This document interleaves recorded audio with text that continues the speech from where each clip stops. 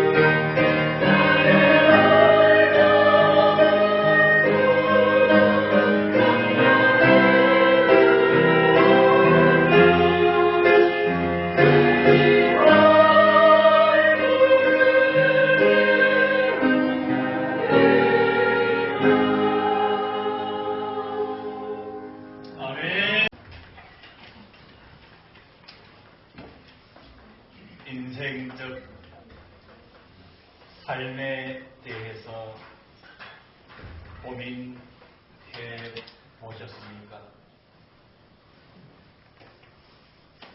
산다는 이것이 무엇인지 생각해 보셨습니까? 나는 잘 살아왔는가 자문자답해 보셨습니까? 지금 나는 제대로 살고 있는가? 나를 돌이켜 보셨습니까? 그리고 궁극적으로 어떻게 나에게 주어진 이 삶을 마무리를 어떻게 하면 잘 할 것인가 생각해 보셨습니까? 솔로몬은 인생에 대해서 여러 가지로 표현하는데 인생에 대한 포괄적인 여러 가지 의미를 응축해서 기록한 성경이 전도서이고 전도서는 1장부터 12장 즉 12장까지로 되어 있습니다. 솔로몬은 왕이었지만 인생의 희로애락을 전부 겪은 사람이었습니다. 그래서 성경은 솔로몬에 대해서 이렇게 소개하지요. 전도자는 지혜자이어서 여전히 백성에게 지식을 가르쳤고 또 깊이 생각하고 연구하여 자문을 많이 지었다. 9절에 이야기를 합니다. 이 자문은 11절에 의하면 찌르는 채찍들 같고 회중의 스승들의 이 말씀은 잘 박힌 못 같으니 다 한 목자 즉 하나님께서 주신 밥이라 라고 성경은 이야기를 합니다. 사랑하는 성도 여러분, 어찌되었든 저와 여러분들은 인생을 과거, 지금, 미래를 믿음의 눈으로 바라보아야 될 때인 줄로 압니다. 이 전도서에는 인생에 대해서 이렇게 이야기를 합니다. 지혜가 많으면 고민도 많은 것이 인생이다. 즐거움이 많으나 그 즐거움도 잠시뿐이고 그 즐거움도 헛될 뿐이다. 모든 일에는 때가 있는 것을 아는가? 라고 질문을 합니다. 날 때가 있으면 죽을 때가 있고 울 때가 있으면 웃을 때가 있고 사랑을 할 때가 있으면 미워할 때도 있고 그래서 하나님은 인생에게 노고를 주셨다. 수고하고 얻은 모든 재물 존귀도 헛될 뿐이다. 누가 지혜 있다 말할 수가 있으며 누가 우매하다 말할 수가 있는가? 형통한 날에는 기뻐하고 곤란한 날에는 뒤돌아보지 않는가? 모든 것이 즉 내 손에 있는 것이 아님을 인생은 깨닫게 되는 것이다. 하나님의 손 안에 있는 것을 모르는가? 그러면서 결론적인 하나님께서 주시는 인생에 대한 정의, 모든 것이 헛되고 헛되며 헛되고 헛되도다. 이렇게 인생을 정의합니다. 사랑하는 성도 여러분, 이 전도서는 인생의 허무주의를 조장하는 것이 아닙니다. 인생에 대해서 헛되고 헛되며 헛되고 헛되다고 이야기하지만 이 말씀만 가지고 볼 때는 우리 인생이 참 별일 없구나, 참 허무한 인생이구나 라고 스스로 자신을 가두어 둘 수도 있는 우를 범할 수도 있습니다. 그러나 여러분, 하나님의 말씀은 끝까지 보셔야 됩니다. 인생의 모든 허무함에도 불구하고 그것을 뚫고 깨뜨려 일어날 수 있는 거룩한 모습을 하나님께서 그 길을 제시하시고 저와 여러분들을 지금 그 길로 이끄시는 줄로 믿으시기를 주의 이름으로 간절히 기원합니다. 그래서 오늘 13절에 전도서 12장 13절에 일의 결국을 다 들었으니 라고 말씀을 하고 있습니다. 뭐 인생이 어떻게 되었든 모든 결론은 이것이다. 인생이 아무리 많은 모습으로 어떤 내용으로 인생이 개인이든 가정이든 사회 공동체든 모든 인생의 집합체가 어디로 흘러가더라도 모든 것의 결론은 이 한 가지다. 오늘 저와 여러분들은 이 말씀에 마음의 문을 열고 귀를 기울이시기를 주의 이름으로 축원합니다. 저와 여러분들이 살아온 인생의 말씀 앞에서 주마등처럼 펼쳐질 수가 있습니다.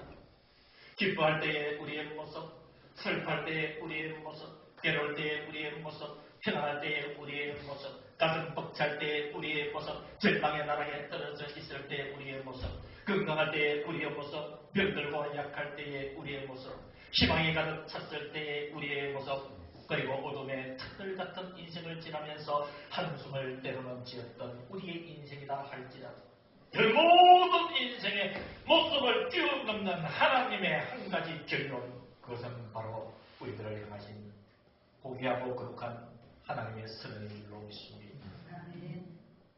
모든 것의 결론은 하나님을 경외하고 그의 명령들을 지킬지어다. 이것이 모든 사람의 본분이라. 본분이라. 여러분, 사회학자들이 개인이든 가정이든 어떤 공동체든 그리고 크게는 민족이든 세상이든 이 한 가지 원칙만 바르게 세우면은 참으로 올바른 개인, 가정, 공동체, 국가가 될 수 있대요. 그 주장의 가장 중요한 것이 뭐냐면 본분을 지키면 된다는 것이에요. 본분을 지키면 돼요. 아버지는 아버지의 본분, 어머니는 어머니의 본분, 자녀는 자녀의 본분, 선생님은 선생님의 본분, 그리고 학생은 학생의 본분, 대통령은 대통령의 본분, 국무위원은 국무위원의 본분, 우리 백성은 백성의 본분, 성도는 성도의 본분을 지키려는 가장 안정된 공동체 개인이 된다라고 이야기한 논문을 저는 수도 없이 보았습니다. 여러분, 본분이라고 하는 사전적인 의미는 사람이 마땅히 지켜 행하여야 할 의무, 이게 본분이에요. 누가요? 사람이 마땅히 지켜 행하여야 할 의무. 이 본분만 잘 지키면 모든 것이 안정이 된다는 사실이에요. 오늘 하나님께서 저와 여러분들의 다양한 인생의 모습으로 살아가고 있고 앞으로도 살아야 될 우리의 인생 앞에 모양은 여러 가지고 선택의 길은 너무도 많지만 모든 것은 이 결론 앞으로 모아져야 된다. 그것이 바로 모든 사람의 본분이다. 그 본분이 하나님을 경외하고 그의 명령을 지키는 것이다. 라고 말씀하시고 있습니다. 사랑하는 성도 여러분, 이제 이쯤 되면은 우리의 인생을 돌이켜보면서 모든 것의 결론이라 말씀하시는 하나님의 음성을 들을 절대적 필요와 가치는 이미 세워진 줄로 압니다. 그 첫 번째가 하나님을 경외하는 것입니다. 여러분, 하나님 하면은 우리가 잘 알잖아요. 그런데 하나님에 대해서 경외하라고 얘기하는데, 여러분, 경외하다는 이 뜻은 너무너무 넓고 깊은 말씀이에요.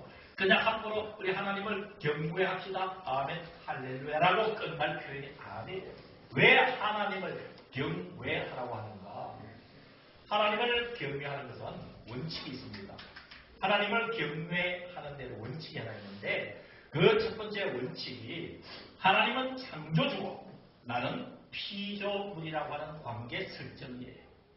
여기서부터 여러분 진정은 하나님을 경외하게 되는 줄로 믿습니다. 근데 경외하다라는 이 히브리어 뜻은요, 하나님을 두려워하면서 그리고 하나님을 공경하는 것이에요. 그냥 공경하는 것으로 끝나는 것도 아니고 하나님을 그저 두려움의 대상이라고만 생각하는 것이 아니라 이 두려움과 하나님을 공경하는 것이 함께 가야 되는데 그렇게 갈 수 있는 가치는 어디에서 만들어지느냐? 하나님은 창조주 하나님이시죠. 저와 여러분은 하나님이 만드신 피조물이에요. 이것은 질적 차이, 그리고 표현의 차이, 양적 차이, 권위의 차이, 모든 차이를 다 두고 있는 것이 바로 여러분 피조물인 우리가 창조주인 하나님 앞에 서 있다. 그래서 여러분 이 두려운 마음으로 공경을 하고 경배하고 영광을 드리는 것이 첫 번째 인간인 저와 여러분들, 하나님의 자녀된 저와 여러분들의 본분인 줄로 믿으시기를 주의 이름으로 축원합니다. 두 번째 우리의 본분은 13절 이후에 뭐라고 얘기하시나요? 일의 결국을 다 들었으니, 첫 번째가 하나님을 경외하고 두 번째는 그의 명령들을 지킬지어다. 하나님의 명령들을 지키는 것. 여러분 우리가 분명히 알아야 됩니다. 처음에는요, 하나님의 명령을 지키려면 힘이 들어요. 어쩔 수가 없습니다.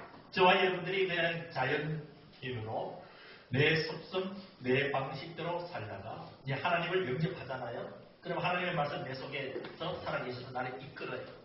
여기에서 참 엄청난 발전을 겪게 되는 거예요. 내 자아와 내 생각과 하나님의 말씀이 충돌할 때가 있습니다. 여러분 이 상황에서 결코 절망하지 마시기를 주의 이름으로 축원합니다. 하나님 앞에 하나님의 말씀에 맡겨드리고 시도하는 것이 중요한 것이에요. 내 생각과 내 뜻이 있지만 하나님께서 이렇게 말씀하시면 용기를 가지고 이 말씀대로 끝이 어떻게 되든 믿고 한번 그 말씀을 따라서 살아보는 것이에요. 이런 하나님의 말씀을 따라서 살다면 어떤 변화가 있습니까? 처음에는 힘이 들어요. 어쩔 수가 없습니다.